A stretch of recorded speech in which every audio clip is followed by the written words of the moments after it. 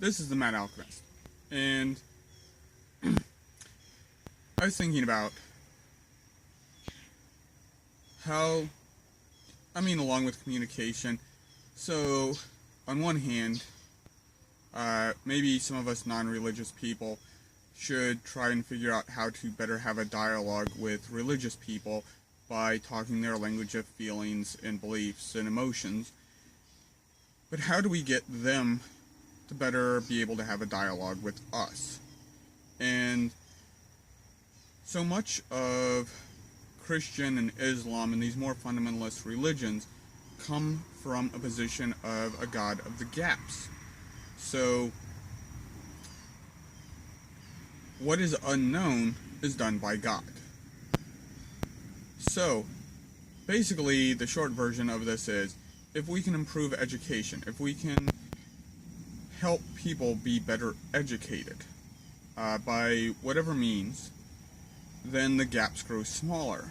The concept of evolutionary biology, cosmological evolution becomes more trusty.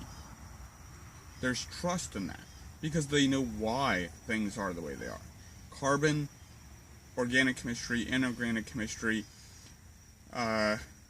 quantum mechanics, classical mechanics fill in those gaps. So life is left-handed, not because God did it, but because electrons are left-handed, so they produce left-handed life. Or they produce left-handed radiation that is beneficial for left-handed life. So God didn't do that. Carbon, water is an amazing solute. You can dissolve things in it. And it's not because God did it, it's because just the way oxygen and hydrogen share electrons give it a very broad liquid stage from 0 to 100 degrees Celsius. Essentially no other liquid is liquid at that wide of a range at standard temperature and pressure. So God didn't do that either. That's just the mechanics of the universe we live in. So if we can improve education so that these gaps are smaller, where God, let them keep their religion. But in order to facilitate us having a dialogue, not only should we spend a little bit more effort trying to analyze why we feel the things we do, why we hold the beliefs that we do, but we should also enable them to have a more